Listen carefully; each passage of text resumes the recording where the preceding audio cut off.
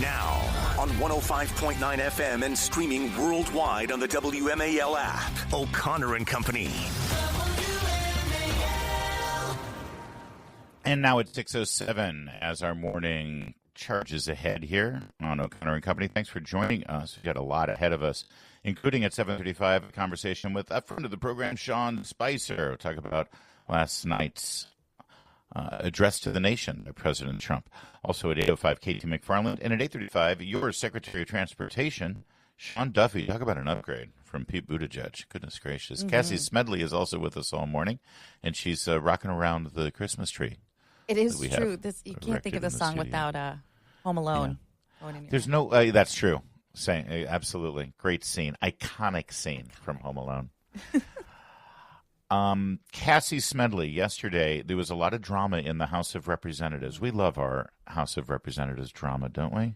Yeah, it keeps you, in touch with the people. Feels good, like they're really working for you. In touch with the people. And it's always exciting right before the holidays because stuff always gets done because these brilliant politicians always make certain bills sort of deadline or expire right before Christmas. And cynically, it forces people to make tough choices right before the holidays sometimes. And one of the tough choices that was facing lawmakers yesterday was the pending expiration of the Obamacare subsidies that were put in place during COVID. And before we get into this conversation, I just want to make sure everyone realizes there were already subsidies built in with Obamacare, the Affordable Care Act, when it was passed in 2010.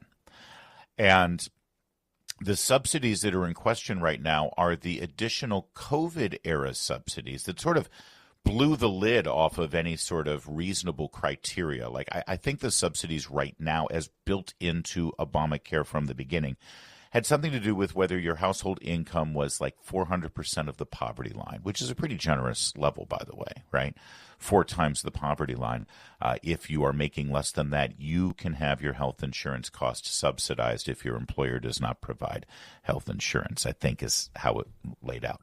During COVID, under Biden, they jammed through these COVID additional subsidies. It basically says anybody can use Obamacare, which was always the plan, by the way. They want it to be government-controlled health insurance, although it isn't because the health insurance companies are still doing this. What it is a bill that was written by the health insurance companies that mandates you buy their product, and the government helps pay for that product that the government is mandating you pay for, and the insurance companies are the best beneficiaries because who wouldn't want to be in charge of a product that the government says you must own?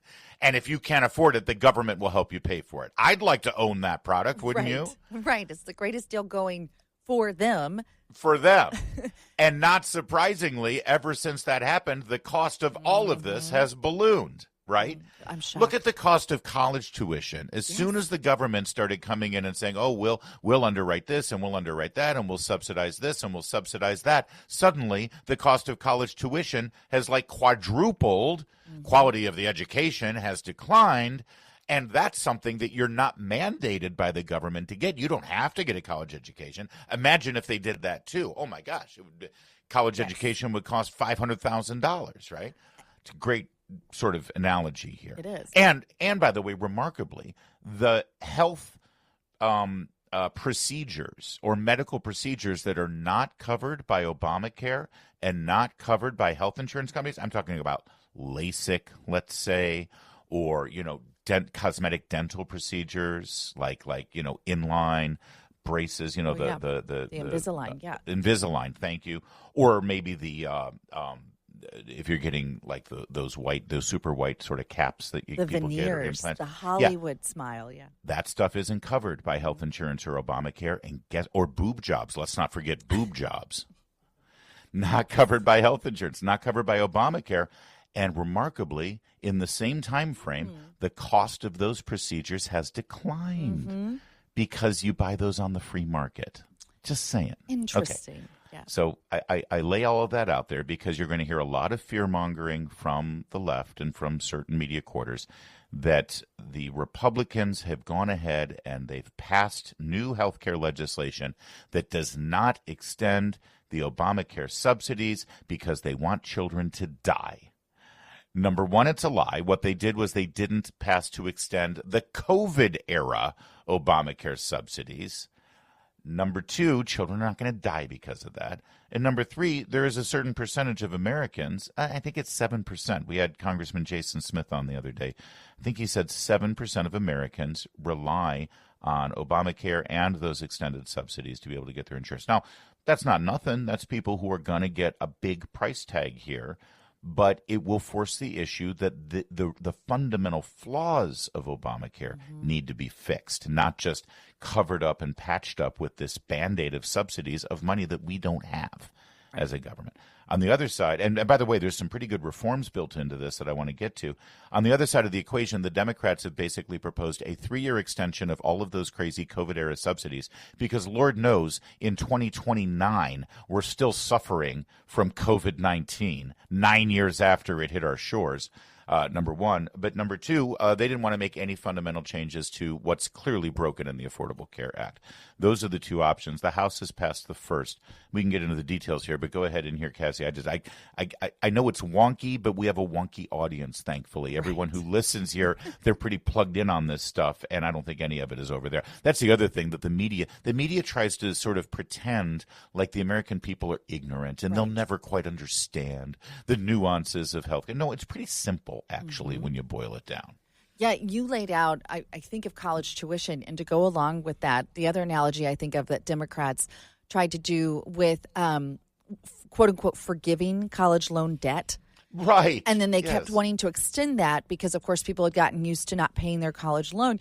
But you were able to pay it before. All they were doing by not extending the college loan debt, quote unquote, forgiveness, which we know is just a taxpayer funded subsidy, is returning you to, you got to keep paying that $65 bill every month, which you had 2 years ago. You had the $65 in your pocket to pay it. Now it's been going to lattes and Taylor Swift tickets, but you have that money. This is the same idea. They extended these COVID-era subsidies. Now they're just returning back to the baseline subsidy that you had figured out how to get into your budget previously. So you got to go back to that. And to your broader point, what Republicans are, this didn't address extending the COVID-era subsidies.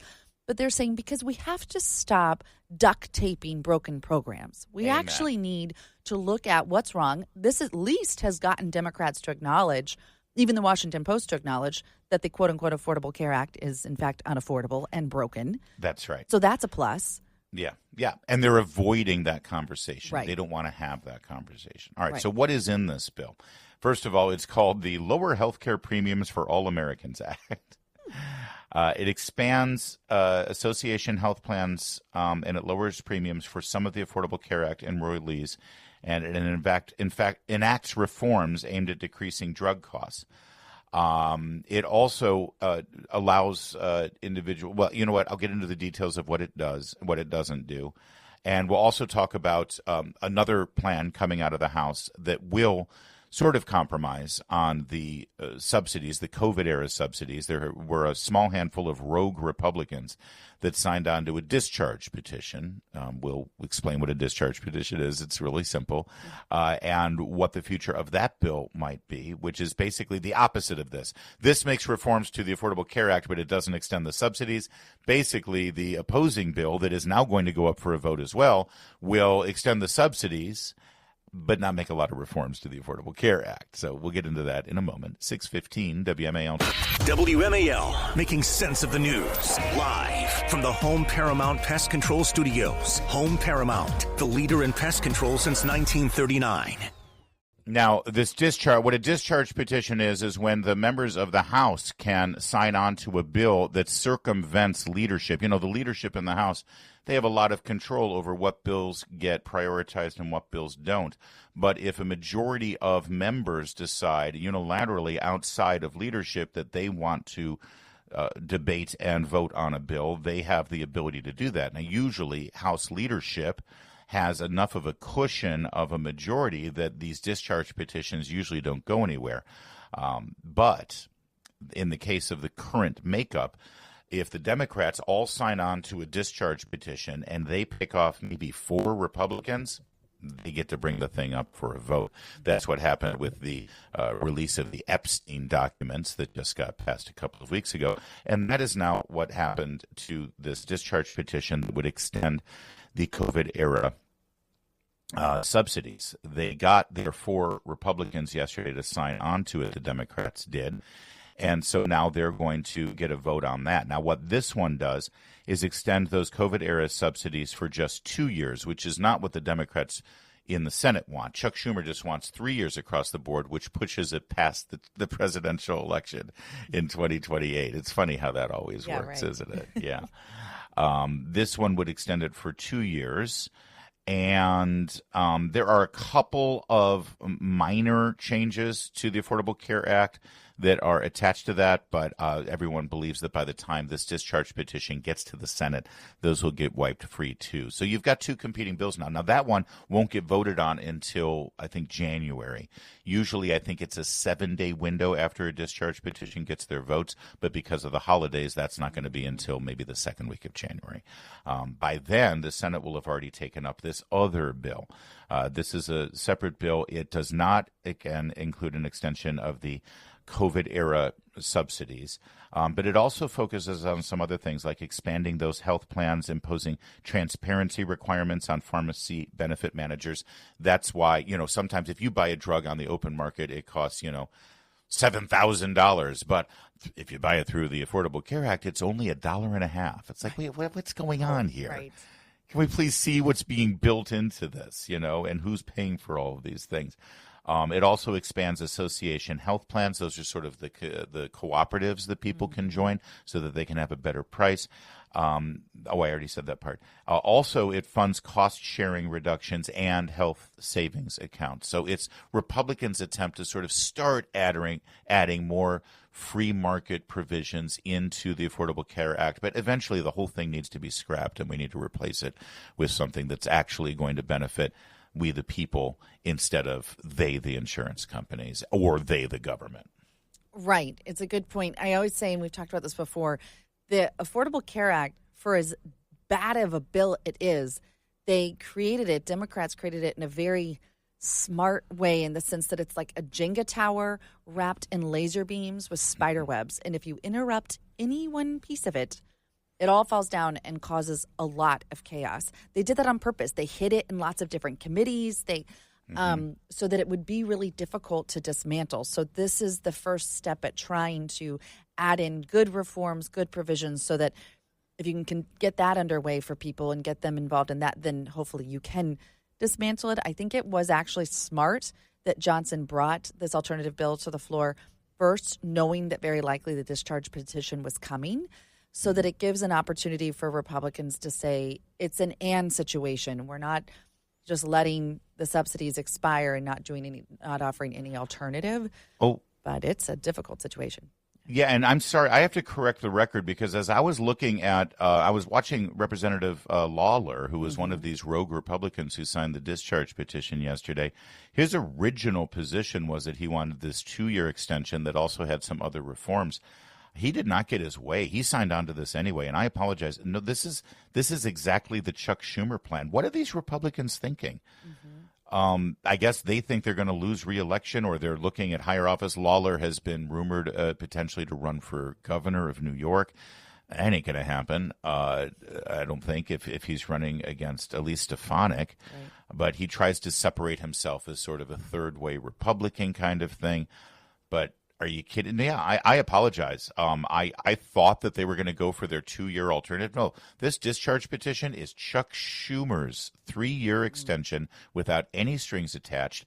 And apparently, according to the Wall Street Journal, these Republicans who have put their name on it, they did this before House Republicans passed their alternative bill, which, by the way, talk about smarmy. These same Republicans that signed on to Schumer's bill also voted for it. For the House leadership, so they can go back to their district and say, oh, no, I voted for that. Well, you also signed on to a discharge petition that gives Chuck Schumer everything that he wants. That ain't going anywhere in the Senate with John Thune. And according to the Wall Street Journal, the Republicans can now not go back and take their name off of it. The rules are that they signed on, they're stuck with it, and they should be punished by leadership for it. It's 6:23. Coming up on this morning's program, we're going to give you the highlights of last night's presidential address from the White House. Keep it here. It's O'Connor and Company. WMAL-FM, Woodbridge, Washington, a Cumulus media station. Making sense of the news. News Talk 105.9. News now. Now, on 105.9 FM and streaming worldwide on the WMAL app. O'Connor and Company. It's 6:37. Thank you. It's O'Connor and Company. Good to talk with you this morning. Coming up at 7:35, Sean Spicer on last night's presidential address, which we will get to in a moment. 8:05, K2 McFarland, and 8:35, Sean Duffy, the Transportation Secretary. It's Larry O'Connor with Cassie Smedile. Good morning, Cassie. Good morning. Happy 1 week till Christmas, Larry. Thank you. I don't know why people knock this Christmas song. I like this one. It's Paul McCartney, you know. Mm-hmm. It's good. Right? Good vibes. Yeah. People don't like this. This is much derided, even from Beatles and Paul McCartney fans. They're like, we don't like that song. I don't know. I'll take it over Mariah Carey any day of the week. Oh, well, I wouldn't go that Sorry, far. I know fighting words, but I don't know if I'd go that far. I like it. It's a little different, but still poppy. Heck, I even like Last Christmas. Or no, This Christmas? Is it Last Christmas? George Michael, Wham. Yeah. Last Christmas, gave you my heart, right? I like it until they made it like into a game. If you hear the song, you have to, I don't know, there's some game that goes around the world about that song every year. Then it's ruined. I know nothing about this, and you're just throwing it out there now without any details. I'm going to find it. Do your research. We'll get to it later in the program. All right. Last night, the president addressed the nation from the White House, which, by the way, looked glorious. The Christmas decorations looked great, framed the image. It was teleprompted. He did not go off script, I think because he wasn't playing to a crowd. And it was mostly about the economy and the accomplishments of the first term. Here's cut 3 from President Trump. In the year before my election, all net creation of jobs was going to foreign migrants. Since I took office, 100% of all net job creation has gone to American-born citizens. 100%. That's an astounding statistic, actually, if you think about it. He also went on a little later in the speech to mention that I don't think it's 100%, but a vast, vast majority of the job creation has been private sector jobs versus federal government jobs. Actually, I think it is 100% because of the net loss of federal jobs during his first year in office as well. By the way, just a style thing, the president has a delivery style, and because most of his speeches are in a big arena talking to thousands of people at a time. When he's delivering a speech in a office from the White House where nobody but advisors and family are in the room, he still has the same delivery, which is as if he is, kind of shouting, right? And I think it would be better if he changed that delivery approach and he had some people work with him on that. However, for everybody, and again, I love to criticize people who are like, at this point, 10 years later, stop trying to change Trump. Trump is who Trump is. I get that. I do. And if I may admonish myself for a moment, you watch any of the old episodes of The Apprentice, he's like that in the boardroom, too. Mm-hmm. Good point. Or when he's standing, whatever he was like, they'd always have him standing outside the New York Stock Exchange giving, this week's task. And he's like shouting as if he's addressing Giant Stadium. Yeah. So such a good point. That is kind of who he is. All right. Cut 4 here. The president also talked about the efforts that he's put forth with deportations.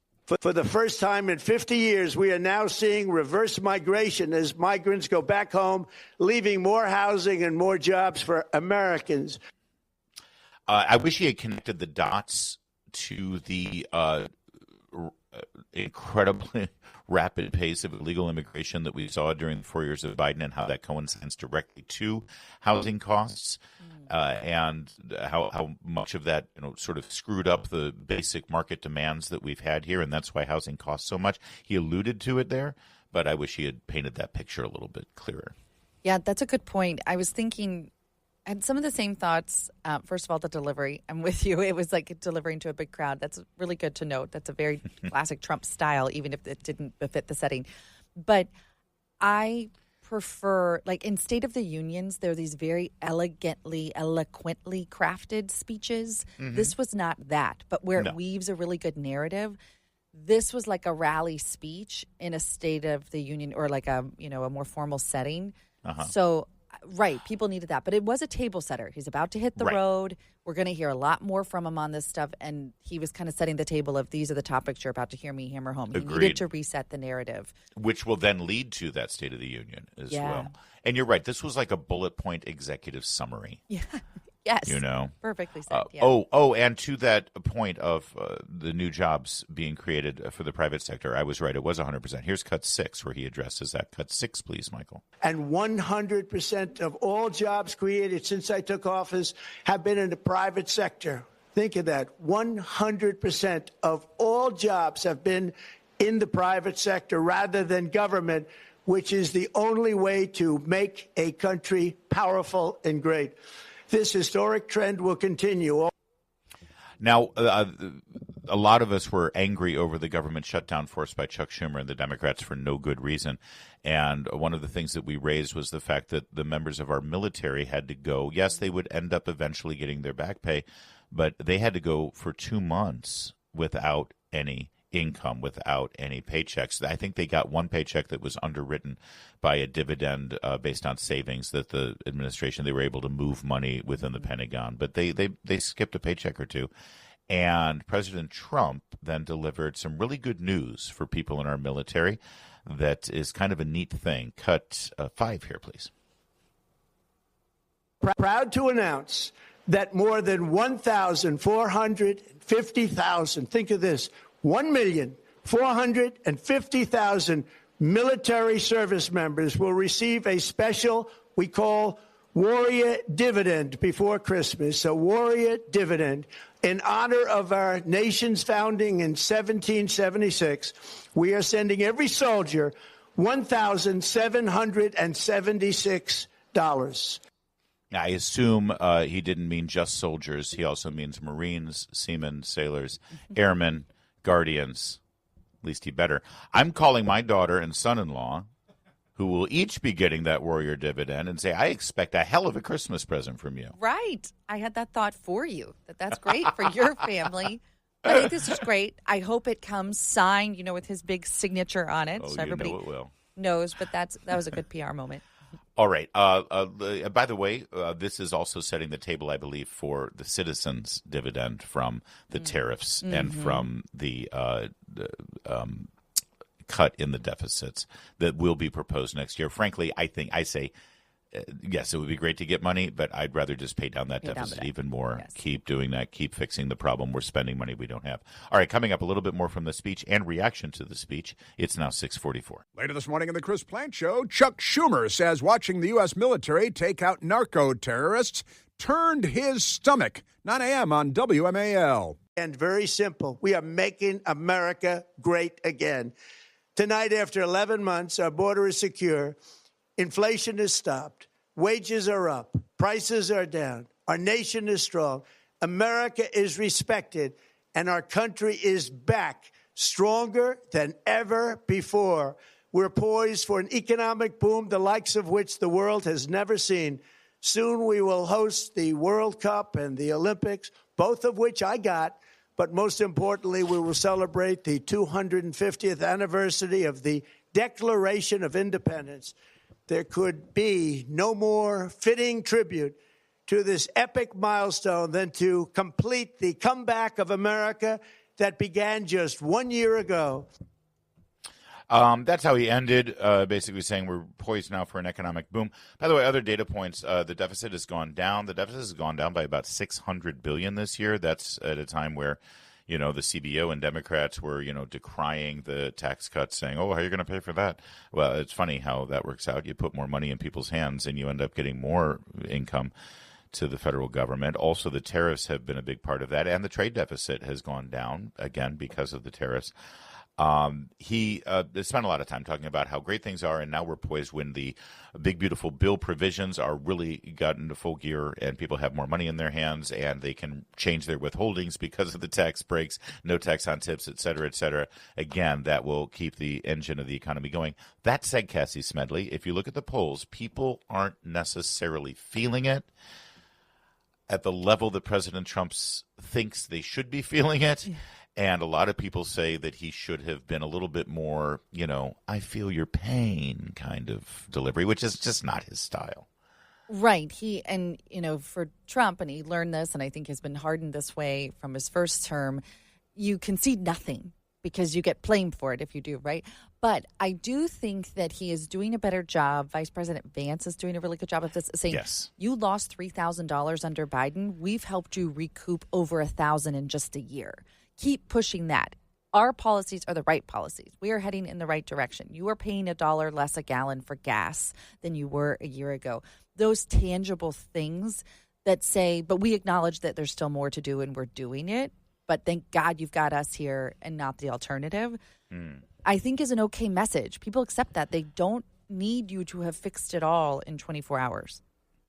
A couple quick reactions here. Newt Gingrich, supporter of the president, former Speaker of the House, cut 12. To watch President Trump give a 19-minute disciplined speech that covered that many facts was worthy of Ronald Reagan. That was a good speech. It was an important speech. Someday people will say it was one of the most important speeches of his career because it set the table for the entire debate over the next year and laid out what Biden did to make the country a disaster, what Trump has already done, and where we are going in general, and why that's the right direction. I think it's a very, very important speech. Wow, important speech, most important speech, Reagan-esque. Wow, okay, that's Speaker Gingrich's assessment. One other thing, Jen Psaki over on MS Now. She thought she had a gotcha moment fact check about a data point regarding the cost of gas. Here, take a listen to Jen Psaki, cut 13. Trump also claimed that he's brought gas prices down to $1.99 a gallon. The national average for a gallon of gasoline was $3.11 when Trump took office. The national average today per AAA is $2.91. That is just a little taste and flavor, and I'm sure you all have your own lists at home. Oh, okay. Oh, the list, all the lies. Actually, Trump didn't say that he brought the price of gas down to $1.99. This is what he said. On day one, I declared a national energy emergency. Gasoline is now under $2.50 a gallon in much of the country. In some states, it, by the way, just hit $1.99 a gallon. That's right. He didn't say that he had brought it down nationwide to $1.99. He's literally said in some states. And by the way, the national average would be much lower if it weren't for states like California that add almost a 200% tax on the price of gas, doubling and tripling it in some cases. Yes, in your state, it could be $1.99, but the same gas in California is over $4. And that's an improvement, Californians would say. Right. Used to be $7. Right. Right now, it's $6.54.